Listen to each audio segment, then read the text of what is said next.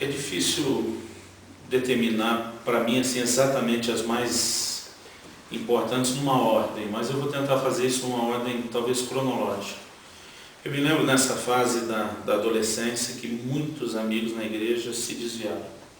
Muitos deles diziam: não aguento a pressão do mundo, do pecado, de sexualidade, disso e aquilo. E houve momentos em que ver tanta gente tropeçar e cair me fazia questionar se seria possível até o fim. E eu me lembro que aquilo foi talvez um terreno mais de uma batalha mais na área da dúvida do que necessariamente da pressão que eu enfrentava. Mas eu tomei uma decisão, eu dizia: Deus, se você não me quiser, vai ter que me chutar fora, porque eu não te largo. Ainda dizia para ele: vai ter que chutar forte, senão eu agarro no seu pé ainda e fico ali. Esse foi um momento de uma luta específica. Houve, depois de um tempo, uma situação de uma pessoa que me inspirou muito para o ministério, de uma equipe que nós trabalhávamos juntos de evangelismo, e houve uma situação de escândalo. Essa pessoa veio estar envolvida com pecado, aquilo foi uma decepção muito grande. Eu procurei muitas referências depois disso que também falharam, e houve um momento de eu questionar a possibilidade de haver homens realmente de integridade. Eu acho que esse foi um segundo momento de batalha, intenso. Um terceiro na cronologia, houve um momento em que talvez eu tenha enveredado por um caminho muito radical nas minhas convicções. Isso me deixou muito diferente dos pastores, das pessoas da denominação, do meu próprio pai, que teve uma formação mais tradicional. De repente ele via todas aquelas manifestações do Espírito na nossa vida. Eu endoidei para Deus. Teve semana assim, de 6 dos 7 dias da semana eu estar em vigília. E eu sentia uma oposição às vezes maior do meu pai do que quando eu não estava tão firme com Deus. Eu não entendia a preocupação dele, o amor dele, Isso para mim foi um dilema muito grande, tanto com ele como com os líderes da igreja, da denominação, com quem hoje a gente tem um bom relacionamento, um carinho enorme. Mas isso foi um momento assim para mim de muita tensão.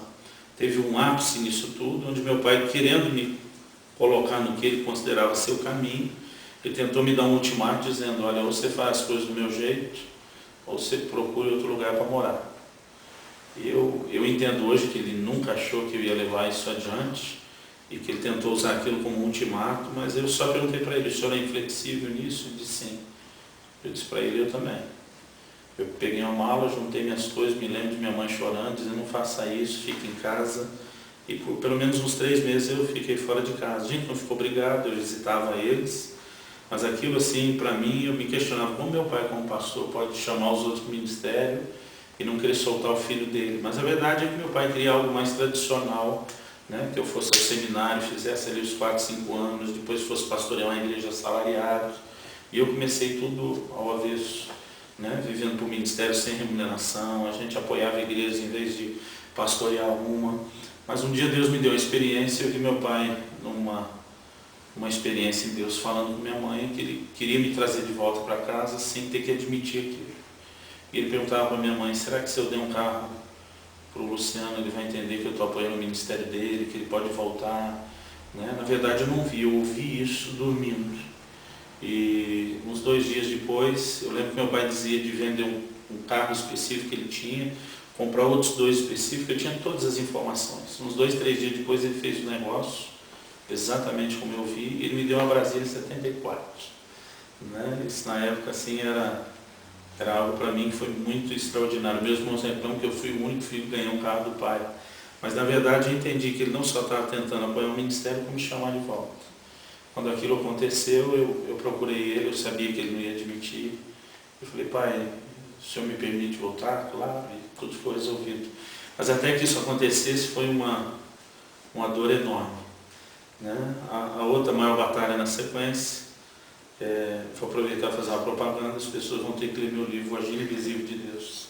Um acidente de carro que eu tive no ministério, e como eu tive que lidar com essa crise. Eu acho que essas são as maiores áreas de luta no início da caminhada.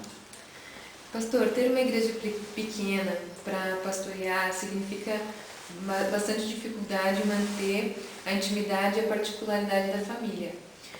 Que atitudes o pastor toma para evitar a superexposição da sua vida particular? Eu comecei pastoreando no interior, e a mentalidade do interior é de um nível de relacionamento bem mais intenso.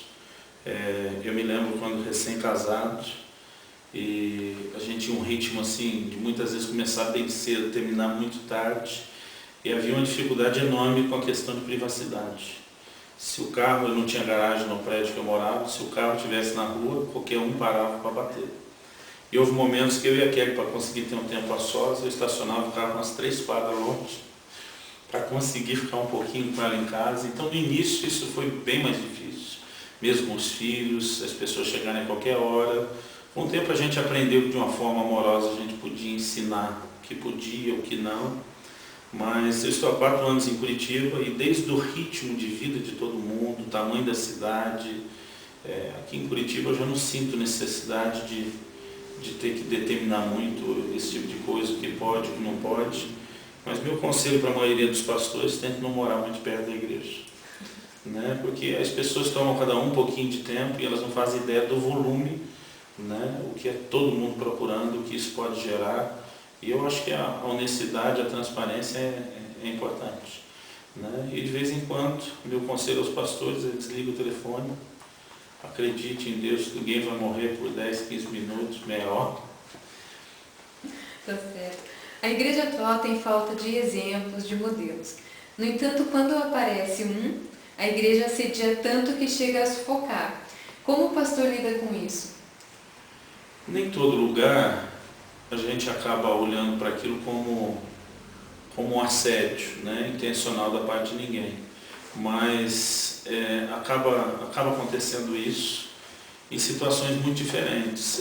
Eu vivi um episódio, acho que uns 2 anos atrás, na cidade de Uberlândia. Estava ministrando num evento para umas 2.000 e tantas pessoas, e de repente nós tivemos um mover de cura da parte de Deus, que estourou de repente sem que a gente pudesse imaginar. E como algumas curas começaram a acontecer de uma forma mais extraordinária, eu nunca vivi aquilo nem antes nem depois. Eu vi quando algumas pessoas começaram a se levantar e correr na minha direção, querendo tocar em mim, como se fosse eu ali a fonte do que Deus estivesse fazendo. E quando o primeiro, o segundo, o terceiro correu, ainda não foi tanto, mas quando a turma começou a fazer a mesma coisa, eu realmente me assustei. O presbitério e a equipe pastoral daquela igreja, na época, tinham 34 pastores, uma igreja grande, hoje são uma igreja bem maior. Eu lembro que muitos deles vieram à frente, eles fizeram uma espécie de um cordão de isolamento, me colocaram para trás, a gente tentando dizer para o povo, não é isso. Esse foi o único momento assim, que eu me assustei com a possibilidade do que poderia acontecer. Mas talvez pelo ministério não ter assim, a dimensão e o conhecimento de alguns outros, eu não tenha conhecido toda a extensão, a possibilidade disso. Mas às vezes é uma situação difícil, em alguns encontros maiores, onde você passa, todo mundo te procurando, querendo falar, conversar, e chega um momento que a gente começa a se sentir sufocado. Né? Às vezes eu não consigo ir ao mercado, ao shopping, sem que alguém cumprimente, mas eu tenho aprendido a enxergar o carinho das pessoas por trás disso, a necessidade que a gente tenha paciência por algo que pedimos a Deus, e momentos em que a gente simplesmente tem que ser honesto. Né? Já teve situações de estar com a minha família, as pessoas queriam parar, conversar, orar, né? E eu dizer, olha, meu filho tem horário para entrar no cinema, não posso, me perdoe. Mas eu acredito que não vivi nenhuma grande situação envolvendo isso, que posso falar com a profundidade de outros ministérios jamais conhecidos. Mas eu acredito que a gente tem que ter uma decisão no coração de não perder a simplicidade, né? de nunca perder a conexão com as pessoas. E eu acho que isso tem ajudado a gente a levar sem muito problema. Né? Às vezes meus filhos estranham algumas coisas. Outro dia eu fui daqui de Curitiba para Guarapuava e são 4 pedágios no caminho.